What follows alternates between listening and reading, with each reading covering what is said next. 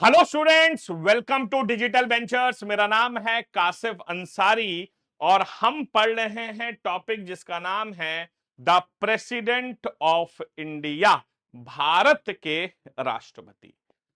और भारत के राष्ट्रपति में अब मैं एक ऐसी चीज पढ़ाने जा रहा हूं, प्रेसिडेंट इलेक्शन। बहुत ही शानदार। भारत में राष्ट्रपति का चुनाव अब हम पढ़ेंगे। भारत के राष्ट्रपति का चुनाव अब हम पढ़ेंगे और सच्चाई बताऊं तो हमारे देश के 99% लोगों को नहीं मालूम कि देश का राष्ट्रपति कैसे चुना जाता है। 99% लोगों को नहीं मालूम कि देश का राष्ट्रपति कैसे चुना जाता है।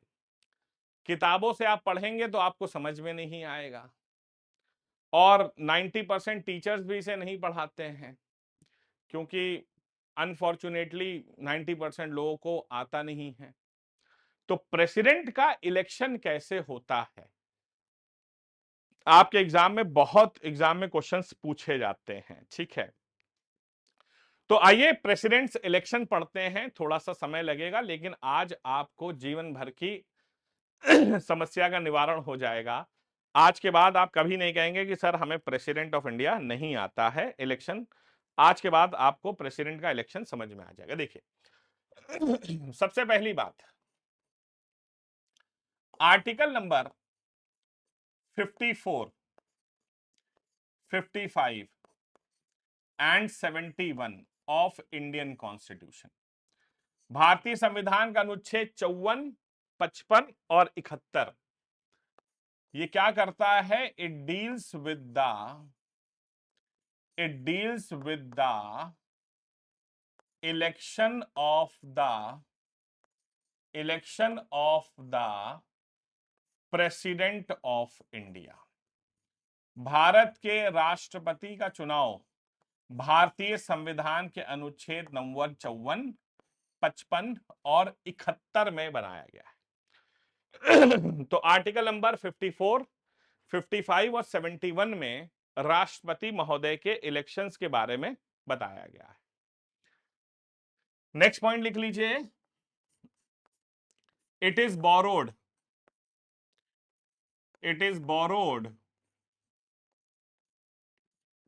From the constitution of Ireland. इसे जो है हमने आयरिश कॉन्स्टिट्यूशन से बोरो किया है।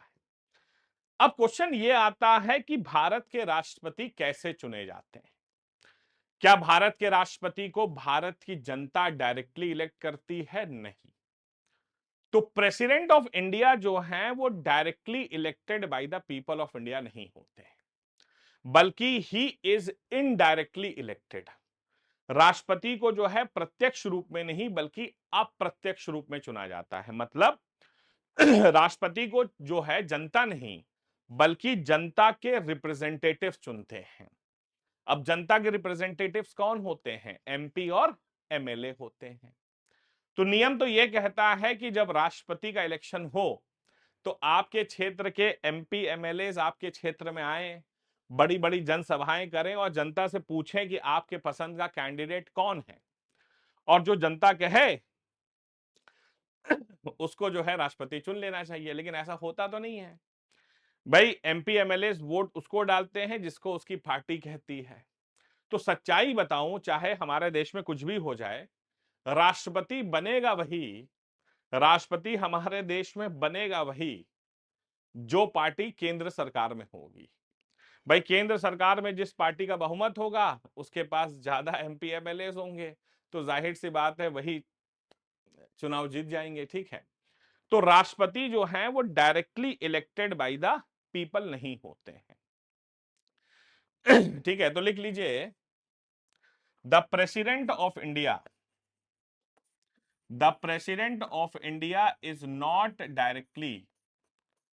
is not directly elected by the people of India, is not directly elected by the people of India.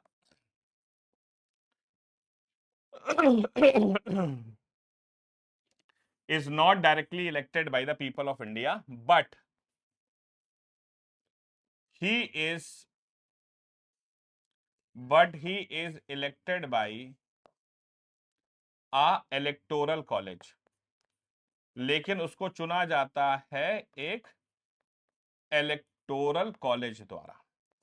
तो president of India is not elected by the people of India directly, but he is elected by a electoral college.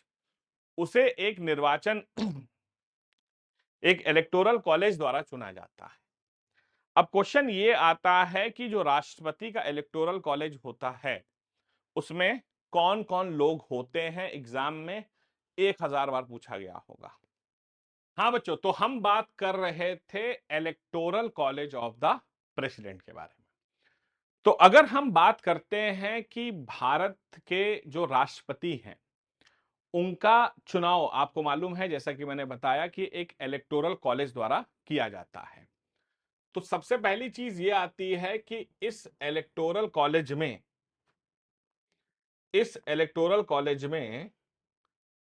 कौन कौन हमारा शामिल होता है। ठीक है, देखिए अगर हम बात करते हैं इलेक्टोरल कॉलेज में तो सबसे पहले नंबर पर आते हैं आपके इलेक्टेड मेंबर्स ऑफ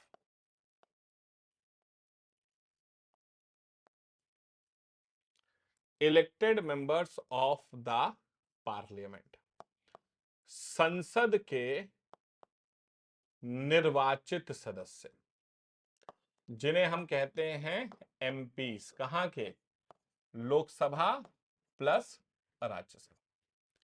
तो लोकसभा और राज्यसभा के जो हमारे इलेक्टेड मेंबर्स होते हैं, ये हमारा इलेक्टोरल कॉलेज है। तो इलेक्टोरल कॉलेज में 3 तरह के लोग शामिल किए जाते हैं। तो सबसे पहले आते हैं elected members of the parliament, हमारे देश की संसद के जो इलेक्टेड मेंबर्स हैं। अब जैसे सचिन तेंदुलकर, रेखा अनुवागा, मणिशंकर अय्यर, शाबाना आजमी, मैरी कॉम, केटीएस तुलसी, रंजन गोगोई जैसे सदस्य वोट नहीं डाल सकते क्योंकि वो इलेक्टेड नहीं, नॉमिनेटेड सदस्य हैं। तो सिर्फ जो elected members of the parliament हैं वो वोट डालेंगे। इसके अलावा आपको मालूम है कि हमारे देश में 28 राज्य हैं और 28 राज्यों के जो विधानसभा हैं, जिन्हें हम लेजिस्लेटिव असेंबली कहते हैं, उनके सदस्य भी वोट डालते हैं। तो सेकंड नंबर पर आता है elected members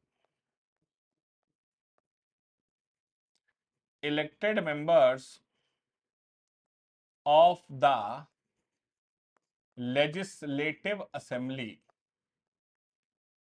elected members of the legislative assembly of all 28 state, सभी 28 राज्यों के विधानसभाओं के जो इलेक्टेड सदस्य हैं, जिन्हें हम विधानसभा कहते हैं, जिनके सदस्यों को एमएलएस कहते हैं।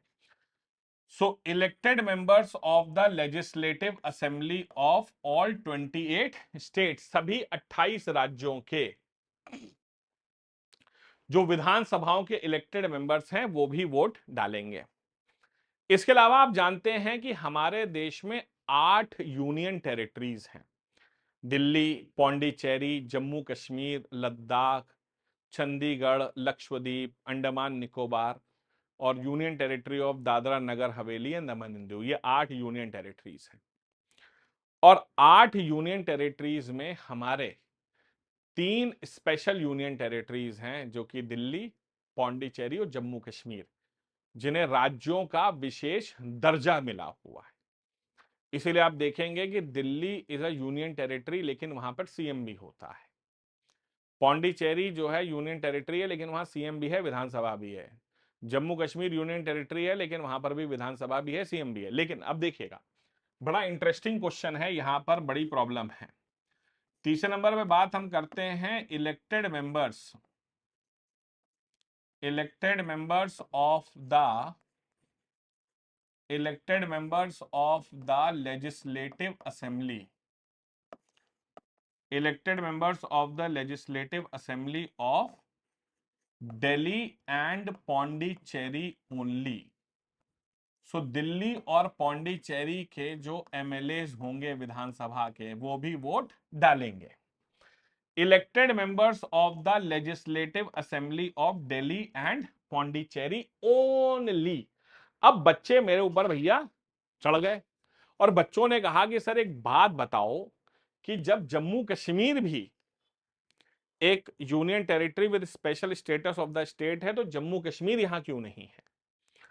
आपको मालूम है कि जम्मू कश्मीर हमारे देश में स्टेट हुआ करता था और 2019 में उसे यूनियन टेरिटरी का दर्जा दिया गया जब आर्टिकल 370 को एब्रोगेट किया गया।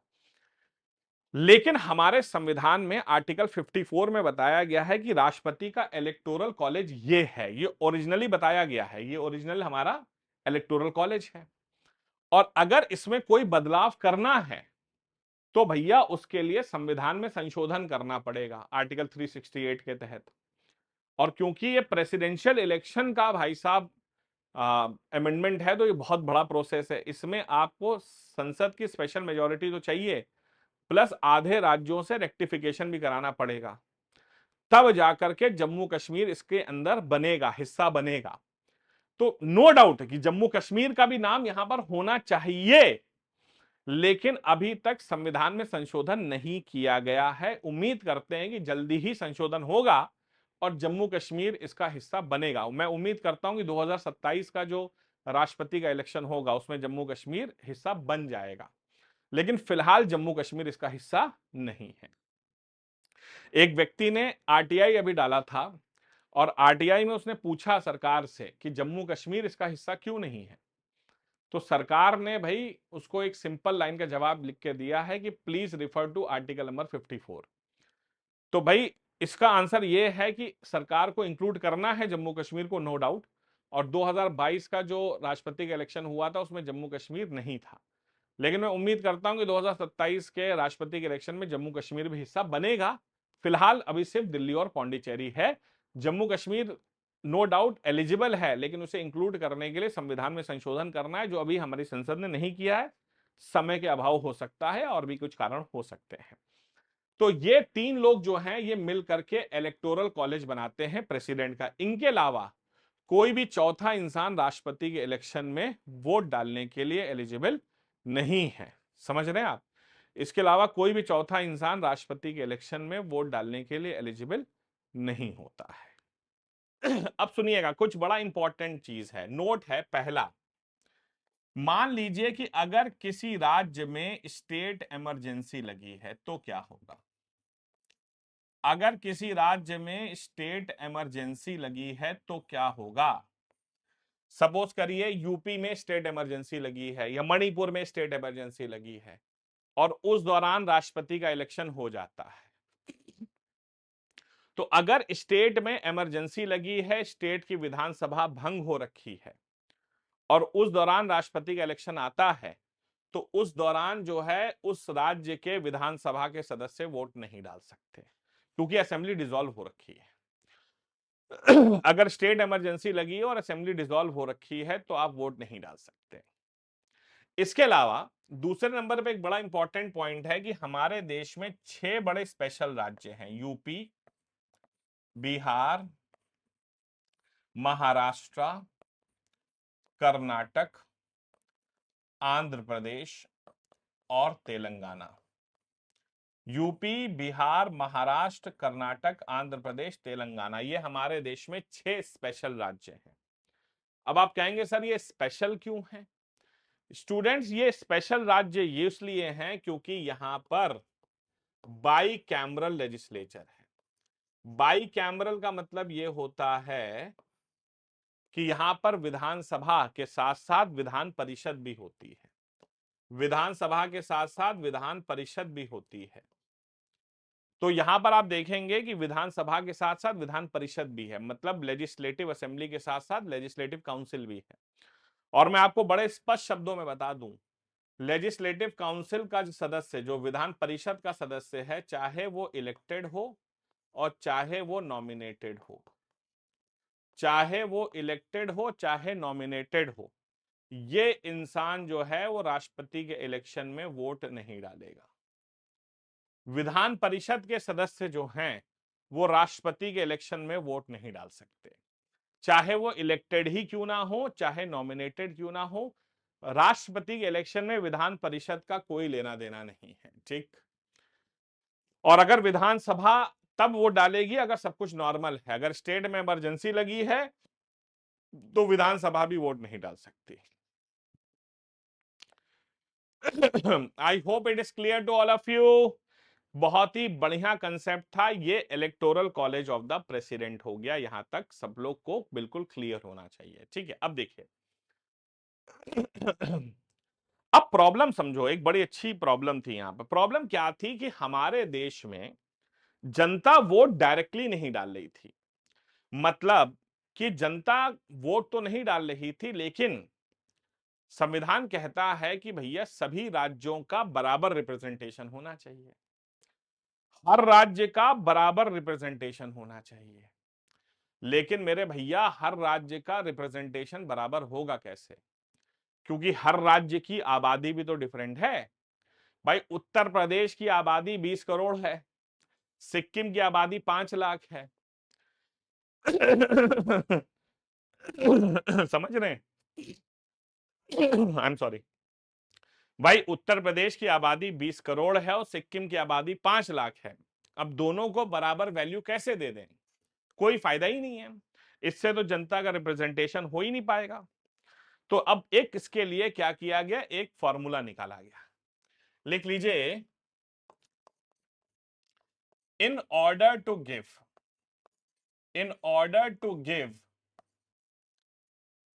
equal representation to all the states,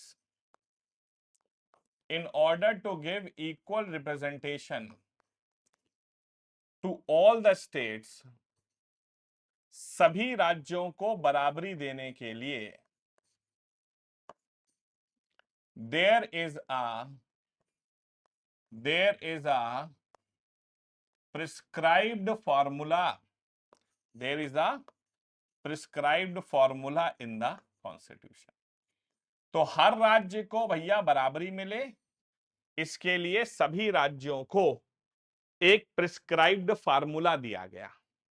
अब प्रिस्क्राइब्ड फार्मूला क्या है देखिए, तो प्रिस्क्राइब्ड फार्मूला ये है कि highest population is equal to maximum value. तो जिसकी पॉपुलेशन सबसे ज्यादा होगी उसकी वैल्यू भी सबसे ज्यादा होगी, और जिसकी पॉपुलेशन सबसे कम होगी उसको जो है सबसे कम वैल्यू मिलेगी। तो भैया जिसकी पॉपुलेशन ज्यादा उसकी वैल्यू ज्यादा, जिसकी पॉपुलेशन कम उसकी वैल्यू कम। इसीलिए कहा जाता है कि देश में राष्ट्रपति वही बनेगा जो उत्तर प्रदेश डिसाइड करेगा। उत्तर प्रदेश है उत्तम प्रदेश, क्योंकि यहां अपराध है कम। वाह क्या बात है, ठीक है। Highest population is equal to maximum value, तो इस हिसाब से यूपी की जो वैल्यू है वो सबसे ज्यादा है। और यूपी का भैया एक वोट जो है वो 208 वोट के बराबर होता है। मतलब यूपी का एक एमएलए एक वोट डालेगा तो बच्चों 208 वोट गिने जाएंगे। जबकि सिक्किम का सबसे कम पॉपुलेशन है, तो यहां पर क्या है स्टूडेंट्स की एक वोट जो है वो मात्र 7 वोट के बराबर है। सिक्किम का एक वोट जो है वो सिर्फ 7 वोट के बराबर है। ओ माय गॉड, ये तो बड़ा डेंजर काम है। भाई साहब ये सुना नहीं कि सभी राज्यों के जो मुख्यमंत्री थे उन्होंने कहा भाई ये तो हमारे साथ नाइंसाफी है। मुख्यमंत्रियों ने कहा कि भैया एक काम करो अपनी जनता से कि खूब आबादी बढ़ाओ, भैया जितनी ज्यादा आबादी होगी उतना हमारे राष्ट्रपति के इलेक्शन में वैल्यू मिलेगी। अरे भैया ये क्या कर दिया तुमने। भाई मुख्यमंत्रियों ने कहा अपने लोगों से कि जितना हो सके उतने बच्चे पैदा करो ताकि हमारी राष्ट्रपति के इलेक्शन में वैल्यू बढ़ सके। अब सरकार फंस गई धर्म संकट में, सरकार करे तो क्या करे। भाई सारे बड़े अधिकारियों को बुलाया गया, आईएएस ओआईएस आए, पूछा गया भैया बताओ क्या करें, तो बड़ी परेशानी है, तो धर्म संकट हो गया। तो उन लोगों ने क्या किया, एक फॉर्मूला और निकाला और उन्होंने कहा कि राष्ट्रपति के इलेक्शन में हम क्या करते हैं, बेस ईयर ऑफ पॉपुलेशन को मानते हैं। Base year of population exam में बहुत बार पूछा गया क्वेश्चन है कि राष्ट्रपति के इलेक्शन में जो बेस ईयर है पॉपुलेशन का वो क्या होता है। तो बेस ईयर ऑफ पॉपुलेशन जो है वो दरअसल हमारे देश में सेंसस ऑफ 1971 1971 की जनगणना जो है वो बेस ईयर ऑफ पॉपुलेशन मानी गई है। ऐसा क्यों हुआ? दरअसल होता यह है कि 1971 में हमारे देश में एक नारा दिया गया, हम दो और हमारे दो।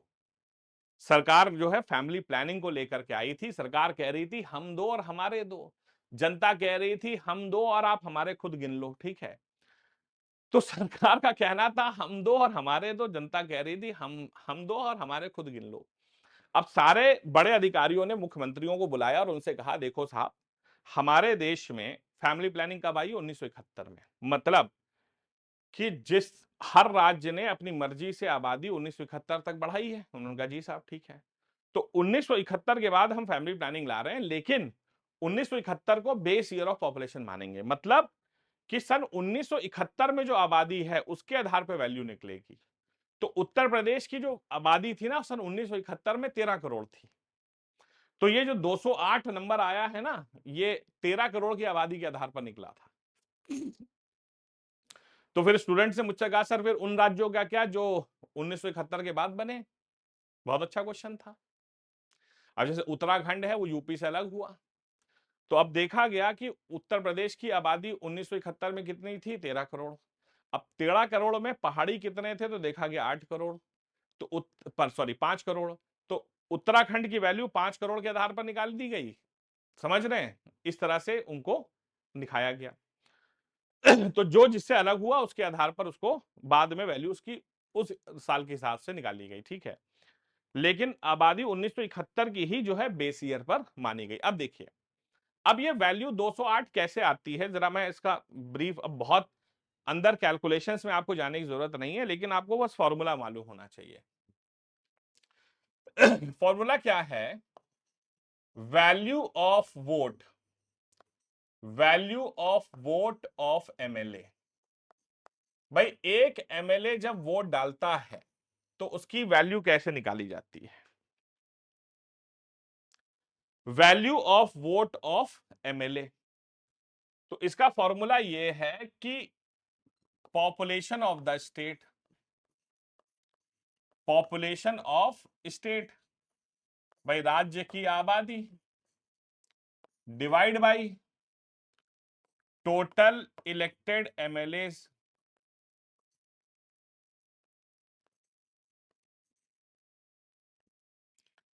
इनटू 1000। ये है। तो जैसे उत्तर प्रदेश की आप वैल्यू निकाल रहे हैं, तो उत्तर प्रदेश की जब आप वैल्यू निकालेंगे तो कटपिट करेंगे तो यहां पर ऐसे निकलेगा कि एक वोट जो है वो 208 वोट के बराबर है, और सिक्किम का एक वोट जो है वो कितना है? 7 वोट के बराबर है। लेकिन अब होता क्या है समझिएगा, यूपी की वैल्यू ज्यादा क्यों है?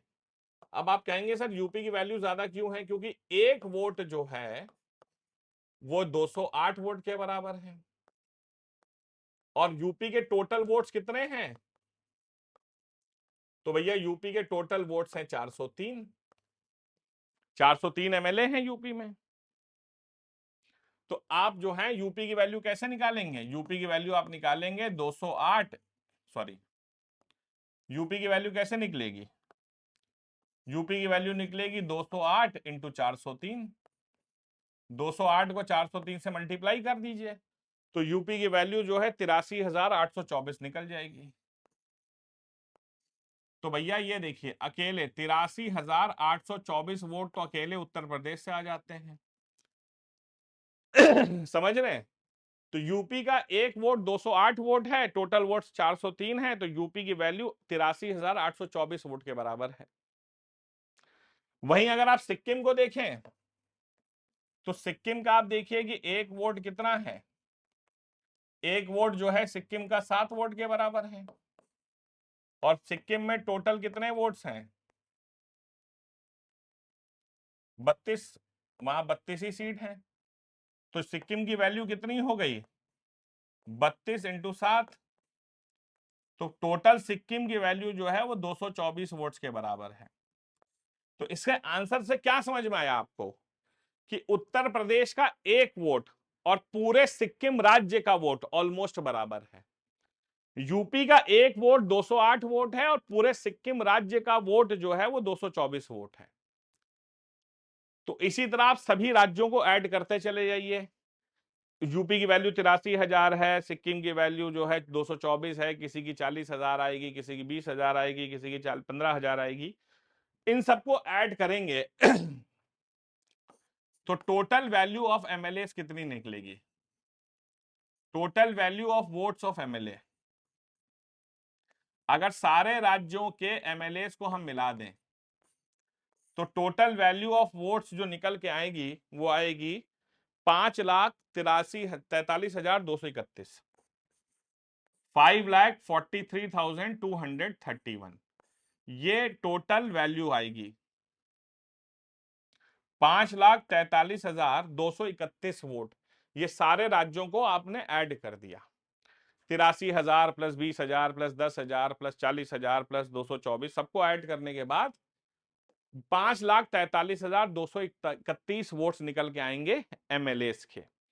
अब एमपीज का क्या होता है देखिए, अब एमपीज का बड़ा सिंपल है। Value of vote, value of vote of MP. अब एक एमपी साहब जो हैं, सांसद जो होते हैं, उनकी वैल्यू कैसे निकलती है? तो इसका वैल्यू निकालने का फॉर्मूला है total value of votes, total value of votes of MLA.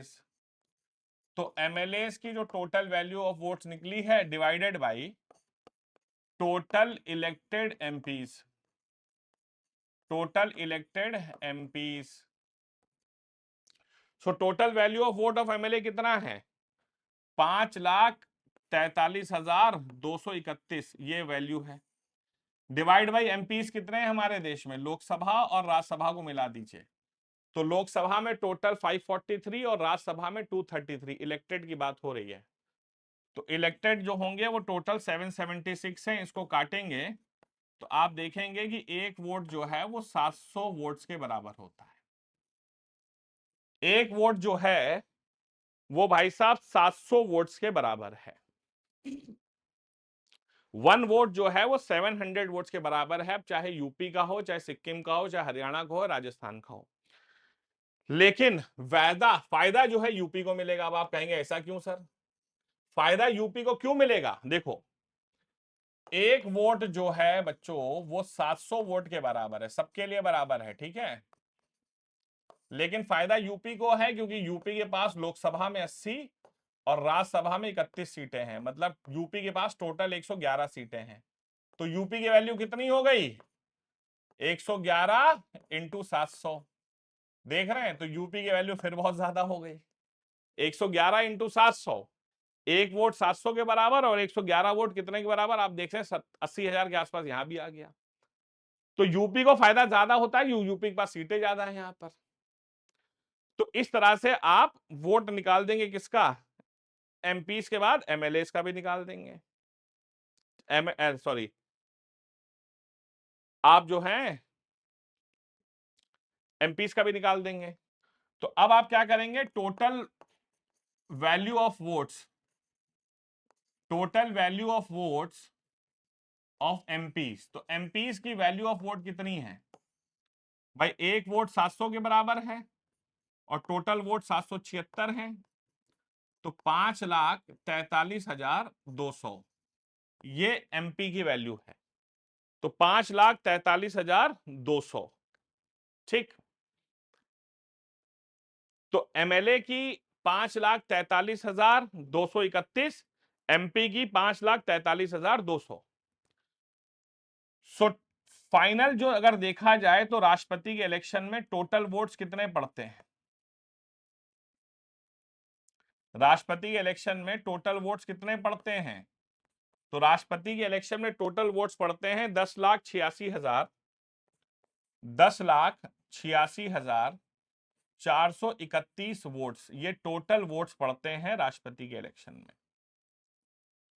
तो राष्ट्रपति के इलेक्शन में जो टोटल वोट्स होंगे वो 10,86,431 वोट्स के बराबर होते हैं।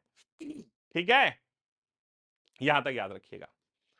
अब देखिए तो इस तरह से राष्ट्रपति के इलेक्शन में टोटल वोट्स निकाले जाते हैं। अब बात यह आती है वोटिंग कैसे होती है। भाई देखो, हमारी वोटिंग जब हम एमपी एमएलए को चुनने जाते हैं तो बहुत डिफरेंट होती है, और राष्ट्रपति के इलेक्शन में वोटिंग बहुत डिफरेंट होती है। कैसे? भाई हमारी जो हम वोटिंग करने जाते हैं, पहली चीज तो वो ईवीएम पर होती है, लेकिन राष्ट्रपति का इलेक्शन जो होता है वो ईवीएम पर नहीं, बैलेट पेपर पर होता है, पहली चीज। तो राष्ट्रपति का इलेक्शन जो है वो ईवीएम पर नहीं, बैलेट पेपर पर होता है। दूसरा, आप जब वोट डालने जाते हैं तो मान लेते हैं कि 5 कैंडिडेट्स हैं। आप जब वोट डालने जाते हैं तो 5 कैंडिडेट्स हैं। सबसे ऊपर मान लीजिए बीजेपी है, समाजवादी पार्टी है, बहुजन समाजवादी पार्टी है, कांग्रेस है, और आपका आम आदमी पार्टी है, या अदर्स हैं। ठीक है, तो होता क्या है कि जब आप वोट डालते हैं तो आप सिर्फ सिंगल वोट दबाते हैं। हो सकता है कि आप इसको दबाएं, हो सकता है इसको दबाएं, हो सकता है इसको दबाएं, हो सकता है इसको दबाएं, हो सकता है इसको या इसको। राष्ट्रपति के इलेक्शन में ऐसा नहीं होता है। राष्ट्रपति के इलेक्शन में क्या होता है कि आपको ट्रांसफरेबल वोटिंग होती है, मतलब आपको अपना प्रेफरेंस सेट करना होता है। आप कहते हैं कि मेरा पहला वोट बीजेपी को जाएगा, दूसरा वोट कांग्रेस के लिए है, तीसरा वोट आम आदमी पार्टी के लिए, चौथा समाजवादी के लिए, और पांचवा बहुजन समाजवादी पार्टी के लिए। तो वहां पर आप क्या करते हैं? प्रेफरेंस वोटिंग करते हैं। मतलब कि पहला वोट मेरा बीजेपी को है, दूसरा कांग्रेस को है, तीसरा आम आदमी पार्टी को, चौथा एसपी को है, पांचवा बीएसपी को। इस तरह से वहां प्रेफरेंस वोटिंग करनी पड़ती है, ट्रांसफरेबल वोटिंग सिस्टम होता है। चलिए मैं बताता हूं, लिखिए। The voting is based upon the voting is based upon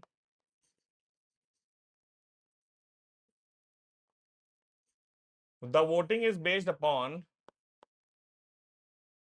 proportional representation proportional representation proportional representation through single transferable voting system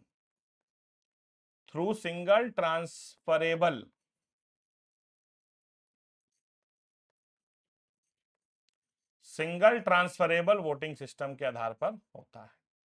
तो single vote plus transferable voting system. और दूसरी चीज कि ये जो है वो सीक्रेट बैलेट पर होता है, मतलब कि it is not held through EVM, ballot paper के थ्रू होता है, सीक्रेट बैलेट के थ्रू होता है। तो single vote plus transferable voting होती है। इसका मैं बड़ा आसान तरीका आपको बताता हूं। सपोज करिए कि राष्ट्रपति के इलेक्शन में टोटल 100 वोट पड़े। सपोज करिए राष्ट्रपति के इलेक्शन में टोटल 100 वोट पड़े। ठीक है, 5 कैंडिडेट खड़े हुए थे, ए, बी, सी, डी और ई। ए को मिले हैं 10 वोट, बी को मिले हैं 15 वोट, सी को मिले हैं 20 वोट, डी को मिले हैं 25 वोट, ई को मिले हैं 30 वोट। तो इस तरह से 100 वोट हो गए। अगर हमारे देश में अगर ये राष्ट्रपति का इलेक्शन ना होता तो कौन विजेता घोषित होता? अगर राष्ट्रपति का इलेक्शन ना होता तो ई घोषित हो जाता, क्योंकि इसको सबसे ज्यादा वोट मिले हैं। लेकिन राष्ट्रपति के इलेक्शन में ऐसा नहीं होता है। राष्ट्रपति के इलेक्शन में वो जीतेगा जिसको 50% प्लस 1 वोट मिलेगा। तो भैया जिसको 50% प्लस 1 वोट मिलेगा वो विजेता घोषित होगा। मतलब कि 51 वोट मिलना मैंडेटरी हो जाएगा। तो जब पहला पर्चा खोला जाता है तो देखा जाता है किसके नाम के आगे 111111 लिखा हुआ है।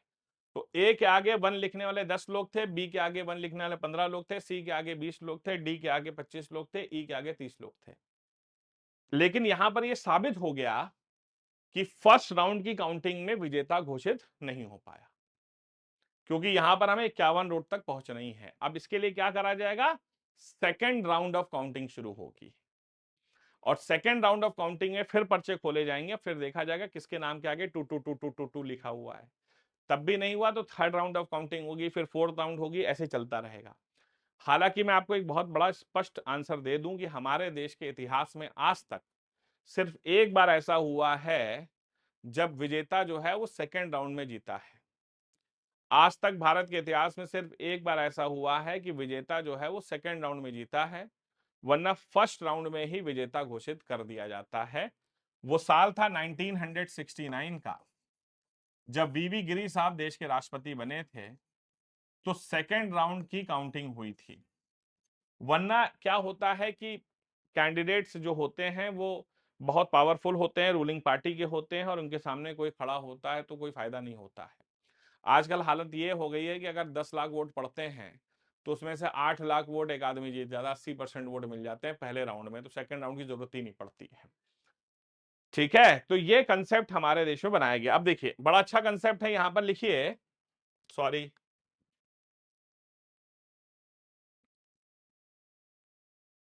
ठीक है, लिखिए, the person who gets the person who gets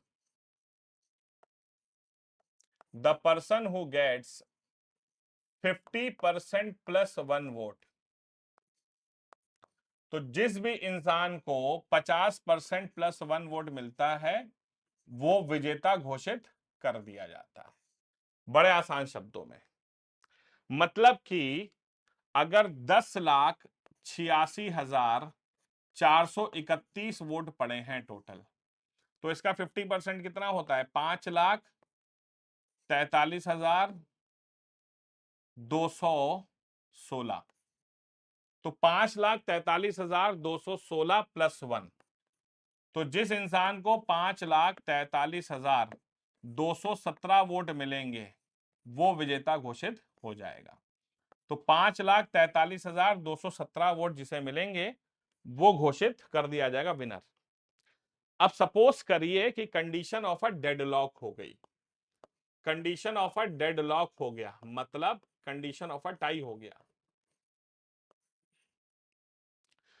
तो ऐसी कंडीशन में क्या होगा भाई? अगर कंडीशन ऑफ अ डेडलॉक हो गई, टाई हो गया, तो क्या होगा? दरअसल हमारे देश में मैंने बताया कि टोटल एमपीज जो हैं वो 776 हैं।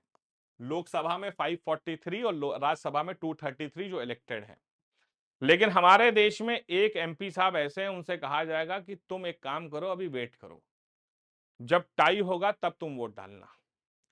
और देश को आजाद हुए बेटा 70 साल हो गए हैं भाई साहब, उसका नंबर ना आया आज तक वोट डालने का। वो होते हैं हमारे लोकसभा के स्पीकर साहब। लोकसभा के स्पीकर साहब जो हैं इंतजार करते हैं टाई होने का, और 70 साल हो गए आज तक उनका नंबर तो आया नहीं। ठीक है, तो अगर कंडीशन ऑफ अ टाई हो गई, डेडलॉक हो गई, तो उस कंडीशन में स्पीकर ऑफ लोकसभा अपना वोट डाल सकते हैं। स्पीकर ऑफ लोकसभा अपना वोट डाल सकते हैं। इसीलिए स्पीकर ऑफ लोकसभा के वोट को हम कास्टिंग वोट या डिसाइडिंग वोट भी कह सकते हैं, क्योंकि वो जीत और हार में फर्क करता है। वो वोट डालता नहीं है, लेकिन जिस दिन वो वोट डालेगा उस दिन बेटा याद रखिएगा सीधे जीत और हार में ही फर्क होगा। मतलब उसका वोट इतना पावरफुल है कि सीधे जीत और हार में फैसला कर सकता है। तो ऐसा कभी होता नहीं है, डेडलॉक होगा तो स्पीकर ऑफ लोकसभा वोट डाल के अपना सॉल्व कर सकते हैं उसे, कोई परेशानी नहीं। अब देखिए, अब तीन बड़ी इंपॉर्टेंट चीजें हैं भाई। देखिए, अब आप चुनाव लड़ने जाते हैं तो आप चुनाव लड़िए, कोई परेशानी नहीं, कोई परेशानी नहीं है। हमारा देश एक लोकतांत्रिक देश है। पहली चीज ये है कि बच्चा आपको जो है वो सिक्योरिटी डिपॉजिट करना होता है। भाई देखो, ऐसा है कि आपके चुनाव पे थोड़ा पैसा वगैरह सरकार का भी खर्चा होता है, तो आपको अपने चुनाव लड़ने के लिए एक सिक्योरिटी डिपॉजिट देना पड़ता है, जमानत देनी पड़ती है। और ये सिक्योरिटी डिपॉजिट कितना होता है तो मैं आपको बता दूं कि अगर आप राष्ट्रपति का चुनाव लड़ रहे हैं तो 15,000 रुपए आपको जा करके रिजर्व बैंक ऑफ इंडिया में जमा कराने पड़ेंगे। अपने नियरेस्ट आरबीआई में जाकर के 15,000 रुपए आपको जमा कराने पड़ेंगे, और आप जो है 15,000 रुपए जमा कराइए और आप चुनाव लड़िए। लेकिन इसका एक नियम है कि भाई साहब, अगर इलेक्शन का रिजल्ट आया और आपको मिनिमम 1/6 वोट नहीं मिले तो आपके ये पैसे जो है ना वो जब्त हो जाएंगे। जैसे मान लीजिए कि इलेक्शन में टोटल 100 वोट पड़े, तो अगर आपको 17 वोट पड़ गए तब तो ठीक है, अगर 17 वोट नहीं पड़े तो आपके ये पैसे जो है ना वो जब्त हो जाएंगे। मतलब चुनाव हारना मना नहीं है, बुरी तरह से हारना मना है, ठीक है। आपने सुना है ना जमानत जब्त हो जाना, वो तभी होती है जब आपको 1/6 वोट नहीं मिलते हैं।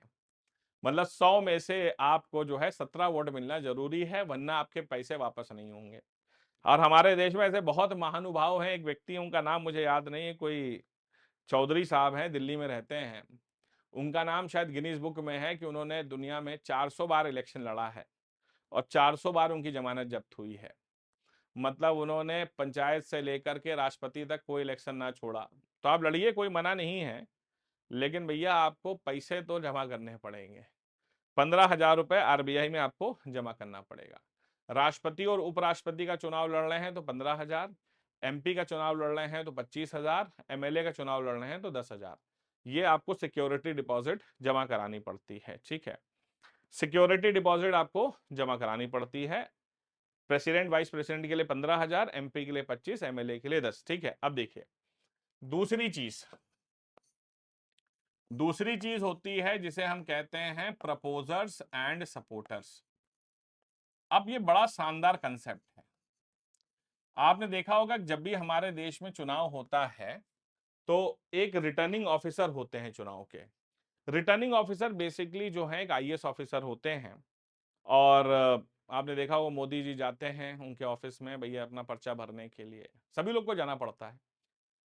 यही हमारे लोकतंत्र की खासियत है कि आप चाहे कोई भी हो, आप चाहे कोई भी हो, लेकिन पर्चा भरने के लिए आपको एक आईएएस ऑफिसर के ऑफिस में जाना पड़ता है। और जब तक ये आईएएस ऑफिसर आपको परमिशन ना दे दे आप चुनाव लड़ नहीं सकते बच्चों। हाँ जी, एक आईएएस ऑफिसर के ऑफिस में आप जाते हैं और अपने साथ दो तरह के लोग लेके जाते हैं, एक होते हैं प्रपोजर्स, एक होते हैं सपोर्टर्स। वो जाते हैं ना हा हा हु हा हा, वो रोड शो करते हुए जाते हैं। एक होते हैं प्रपोजर, एक सपोर्टर्स। प्रपोजर्स वो होते हैं जो आपके नाम का प्रस्ताव रखते हैं। वो आईएएस ऑफिसर के सामने जाके कहेंगे हाँ साहब मैं इनको जानता हूं। और सपोर्टर्स वो होते हैं जो आपके नाम का समर्थन करते हैं। तो प्रपोजर्स वो होते हैं जो आपके नाम का प्रस्ताव रखते हैं और सपोर्टर्स वो होते हैं जो आपके नाम का समर्थन करते हैं कि हाँ साहब मैं इनका समर्थन करता हूं। सबसे इंपॉर्टेंट बात यह है कि आपको 50 प्रपोजर और 50 सपोर्टर्स लेके जाने पड़ते हैं। मतलब अपने साथ 100 लोग आपको लेके जाने पड़ेंगे। अब बड़ा इंटरेस्टिंग क्वेश्चन है, एमपी एमएलए के इलेक्शन में वोट कौन डालता है? एमपी एमएलए के इलेक्शन में वोट डालता है आम आदमी। तो प्रपोजर सपोर्टर कौन बनता है? आम आदमी बनता है। लेकिन राष्ट्रपति के इलेक्शन में वोट कौन डालता है? एमपी एमएलए बनते हैं। तो प्रपोजर सपोर्टर्स भी एमपी एमएलए ही होने चाहिए। तो आपको अपने साथ 100 एमपी एमएलए लेकर जाने पड़ेंगे जो आपके नाम का प्रस्ताव दें और आपके नाम का समर्थन दें। और इसी वजह से क्या होता है कि राष्ट्रपति का चुनाव का पर्चा बहुत लोग भरते हैं, लेकिन अंत में कुछ ही कैंडिडेट्स बचते हैं क्योंकि आप इतने सारे लोगों को लेके जा ही नहीं पाएंगे। तो अगर आप हमारे देश में प्रेसिडेंट का चुनाव लड़ रहे हैं, बड़ा इंपॉर्टेंट है, तो प्रेसिडेंट का चुनाव लड़ रहे हैं तो आपको 50 प्रपोजर और 50 सपोर्टर चाहिए। वाइस प्रेसिडेंट का चुनाव लड़ रहे हैं तो 20 प्रपोजर और 20 सपोर्टर चाहिए। अगर आप एमपी एमएलए का चुनाव लड़ रहे हैं तो आपको सिर्फ एक प्रपोजर और एक सपोर्टर चाहिए होता है। ऐसा क्यों है? क्योंकि एमपी एमएलए के चुनाव में आम आदमी वोट डालता है। अब आम आदमी तो लाखों की संख्या में पहुंच जाएगा, तो कहते हैं भैया एक ही दिया बस बहुत है, ठीक है। क्लियर है? हाँ जी। अब तीसरा ये है कि राष्ट्रपति के इलेक्शन में अगर मान लीजिए कोई इलेक्शन डिस्प्यूट हो जाए तो उसको कौन देखेगा? देखिए ऐसा होता है कि हमारे देश में जितने भी इलेक्शन डिस्प्यूट होते हैं वो सारे के सारे हाई कोर्ट्स द्वारा देखे जाते हैं। हमारे देश में जितने भी इलेक्शन डिस्प्यूट्स होते हैं वो सब हाई कोर्ट्स द्वारा देखे जाते हैं। लेकिन भारतीय संविधान का आर्टिकल 71 कहता है कि अगर राष्ट्रपति और उपराष्ट्रपति के इलेक्शन में कोई इलेक्शन डिस्प्यूट होता है तो उसे सिर्फ और सिर्फ सुप्रीम कोर्ट ऑफ इंडिया ही देख सकती है। मतलब राष्ट्रपति और उपराष्ट्रपति का election dispute can be looked after by the supreme court of India only. सर्वोच्च न्यायालय के अलावा इस इलेक्शन डिस्प्यूट को और कोई नहीं देख सकता। बाकी सारे इलेक्शन डिस्प्यूट्स जो हैं वो हाई कोर्ट्स देखती हैं, लेकिन आर्टिकल 71 कहता है कि प्रेसिडेंट और वाइस प्रेसिडेंट में सिर्फ सुप्रीम कोर्ट देखेगा। This ends with your presidential elections. तो election of the president of India खत्म हो गया। आई होप सबको समझ में आ गया होगा। तो करीब 45 मिनट लगे, लेकिन 45 मिनट में आई होप सबको भारत के राष्ट्रपति का चुनाव क्लियर हो गया होगा। कोई डाउट हो तो कमेंट सेक्शन में जरूर डाल दिएगा। मिलते हैं अगली क्लास में। Do take care of yourselves. जय हिंद, जय भारत एंड वंदे मातरम।